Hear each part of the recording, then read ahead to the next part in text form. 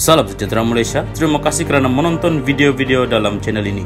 Sebelum kita mula, jangan lupa untuk tekan tombol subscribe, share, like dan komen. Let's go! Salam sejahtera dan salam perpaduan kepada seluruh rakyat Malaysia. Berita panas hari ini dipetik daripada Malaysia Kini bertajuk Sanusi ditahan awal pagi lepas semua panggilan polis kena reject. Berita penuh. Polis hari ini menjelaskan Muhammad Sanusi MD Nor ditangkap pada awal pagi selepas beberapa panggilan telefon yang dibuat kepada Menteri Besar sementara Kedah itu ditolak. Menurut Ketua Polis Negara Razaruddin Hussein, pihak berkuasa pada awalnya meminta bantuan kepada Kedah semalam, namun ahli politik terbabit didapati tiada di negeri itu. Kemudian katanya mereka mendapat tahu Sanusi akan hadir untuk satu program bersama Astro Awani pada jam 10 malam, namun pemantauan yang dibuat mendapati tiada kalibatnya di situ. Justru usaha menghubungi Sanusi bagi memaklumkan keperluan dia hadir di mahkamah telah dibuat melalui telefon, tetapi ia gagal apabila semua panggilan berkenaan ditolak. Panggilan juga dibuat kepada Setiausaha Sulit Kanan dan Setiausaha Politik beliau, namun semua panggilan tersebut di-reject, katanya pada sidang media khas di Bukit Aman petang ini. Turut hadir Timbalan Ketua Polis Negara Ayub Khan Maidin Pichai. Jelas Razaruddin, berdasarkan laporan berita Sanusi mendakwa dia tidak dimaklumkan akan didakwa, namun sebenarnya usaha polis menghubungi pengarah pilihan raya PN itu yang ditolak. Terdahulu Sanusi diberkas sepasukan anggota polis di sebuah premis di Kuala Lumpur kira-kira jam 3 pagi dan ia mengundang rasa kurang senang sesetengah pihak. Semalam media melaporkan watak utama yang sering muncul dalam ceramah politik PN itu didakwa ekoran kenyataannya yang menyentuh isu Raja-Raja Melayu. Pada 11 Julai lalu di Selayang, Sanusi menyampaikan ucapan antara lain mendakwa yang di Pertuan Agong tidak menitahkan pembentukan kerajaan perpaduan. Dia juga membandingkan peranan Sultan dalam pelantikan Menteri Besar di Kedah serta Selangor. Ia kemudian mendorong pelbagai pihak mengadukan ucapan Sanusi itu kepada polis, antara mereka yang termasuklah ahli Dewan Diraja Selangor sendiri yang menggesa pihak berkuasa bertindak ke atas ahli politik terbabit. Sultan Selangor Sultan Sharafuddin Idris Shah juga menzahirkan kenyataan bahawa isu Sanusi belum selesai di sebalik kenyataan ahli politik itu yang dia sudah mengutus surat memohon maaf kepada pihak istana. Kata Razaruddin, arahan untuk mendakwa Sanusi hari ini diterima daripada Jabatan Peguam Negara semalam. Menurutnya lagi, polis menerima 58 laporan berkenaan Sanusi di seluruh negara termasuk daripada ahli Dewan Diraja Selangor sendiri. Kita lihat bahawa sifat-sifat kes ini atau kecenderungan kes ini ialah menghina atau memberi bangkit marah isu-isu institusi diraja. Maka disebabkan kita polis tidak dapat menelefon dia bagi memaklumkan mengenai pendakwaan di mahkamah, kita cuba mencari dan dapat jumpa beliau kira-kira jam 2.30 pagi di kawasan Montiara, katanya. Mempertahankan tindakan polis, Razaruddin berkata Sanusi disiasat mengikut Seksyen 4-1 Akta Hasutan, iaitu kesalahan yang membolehkan seseorang ditangkap.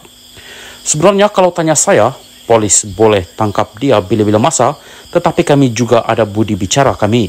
Kami hanya menahan Menteri Besar sementara Kedah itu selepas kami bimbang dia mungkin tidak hadir ke mahkamah hari ini, katanya. Menurut pegawai tertinggi polis di Raja Malaysia itu, selepas menahan Sanusi awal pagi tadi, polis turut merakam kenyataannya berhubung satu lagi kes yang sedang mereka siasat.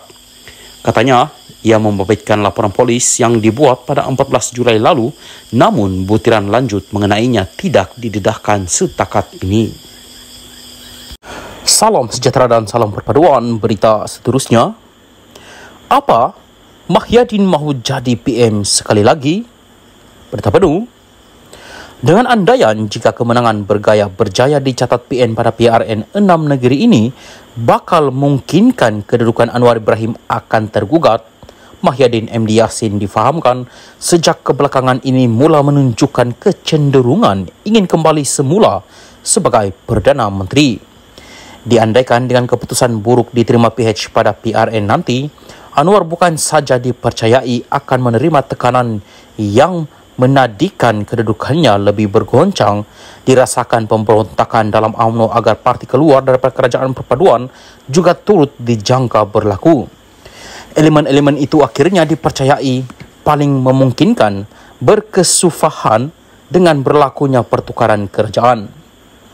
Walaupun Mahyadin tidak pernah menyatakan hasrat serta keinginannya itu secara terbuka, tetapi beberapa pimpinan gabungan itu menyebut sebagai orang politik mereka dapat merasakan keinginan Mahyadin itu. Antaranya dikatakan melalui tindakan Mahyadin yang lebih mahukan Azmin Ali bertanding dan seterusnya dijadikan Menteri Besar Selangor jika PN berjaya merampas negeri tersebut. Meski tiada siapa dinamakan sebagai poster boy, kalangan dalam bersatu memberitahu bukanlah rahsia lagi bahawa keinginan Mahyadin ialah kepada Azmin sebagai calon Menteri Besar. Mereka kini mula bimbang melihat perkembangan itu kerana kalau perkara itu lebih disedari rakyat, ditakuti ia akan menimbulkan kesan penolakan secara senyap yang lebih besar kepada para PRN akan datang ini. Ini kerana Mahyadin ketika memegang jawatan Perdana Menteri telah dikira gagal mentadbir negara dengan pelbagai masalah muncul. Tidak proaktif sebab hanya berani membaca perutusan khas dan menghantar kenyataan media, tidak pernah mengadakan sidang media terbuka atau bersemuka dengan wartawan dan pelbagai kekurangan lain lagi yang pasti masih dalam ingatan rakyat negara ini. Secara logiknya, dengan pelbagai siri kegagalan itu adalah tidak mungkin rakyat Malaysia mahu beliau kembali memimpin negara buat kali kedua. Lebih ditakuti jika setelah berkuasa nanti beliau kembali dengan perangai tertutupnya seperti sebelum ini dan hanya mendengar kata nasihat 2-3 orang yang rapat dengannya saja. Dalam hal ini, ada pemimpin bersatu turut melontarkan persoalan tentang keinginan Mahyadin yang semakin dapat dirasakan itu kepada beberapa pimpinan parti lain dalam PN dan ternyata mereka juga menyadarinya. Mereka juga dikatakan mengeluh kalau kiranya keinginan Mahyadin itu benar-benar dinyatakannya atau melalui suara orang-orang kuatnya dalam bersatu kerana ia pasti mencetuskan masalah dalam PN sendiri. Hakikatnya, dalam PN sekarang ini, berikutan Mahyadin sudah tergolong dalam kluster mahkamah. Selain kerana dikira sebagai bekas Perdana Menteri yang gagal, kecenderungan lebih mahukan Hamzah Zainuddin dinamakan sebagai calon Perdana Menteri akan datang. Tambah lagi, dengan kes mahkamah yang sedang dihadapinya, keinginan Mahyadin itu hanya menampakkan beliau tiada bezanya dengan Zahid Hamidi yang kini memegang jawatan timbalan Perdana Menteri. Mula kedengaran suara-suara bahawa kalau PN ingin mendapat lebih sokongan rakyat, gabungan itu mestilah kelihatan berbeza dengan kerajaan perpaduan sekarang dan tidak memberi ruang sama sekali kepada kluster mahkamah beroleh sebarang kedudukan dalam kerajaan sehinggalah kes mereka selesai. Dengan pemimpin baru dinamakan sebagai calon Perdana Menteri, mereka percaya kalaupun perubahan kerajaan tidak berlaku selepas PRN ini, perkara itu lebih mudah digerakkan agar berlaku pada PRU 16 akan datang. Ada pemimpin bersatu yang merasakan jika Mahyadin lebih berjiwa besar dan sedia membuat kenyataan tidak mahu kembali sebagai Perdana Menteri, tetapi sekedar untuk sama-sama dapat mainkan peranan memastikan kemenangan PN, itu adalah yang terbaik sekali dan amat dialu-alukan. Tetapi kata mereka, jika Mahyadin tidak mahu mengalah, PN agak berbelah bahagi dalam beroleh sokongan rakyat baik pada PRN atau PRU 16 mendatang. Syabuddin Hussein.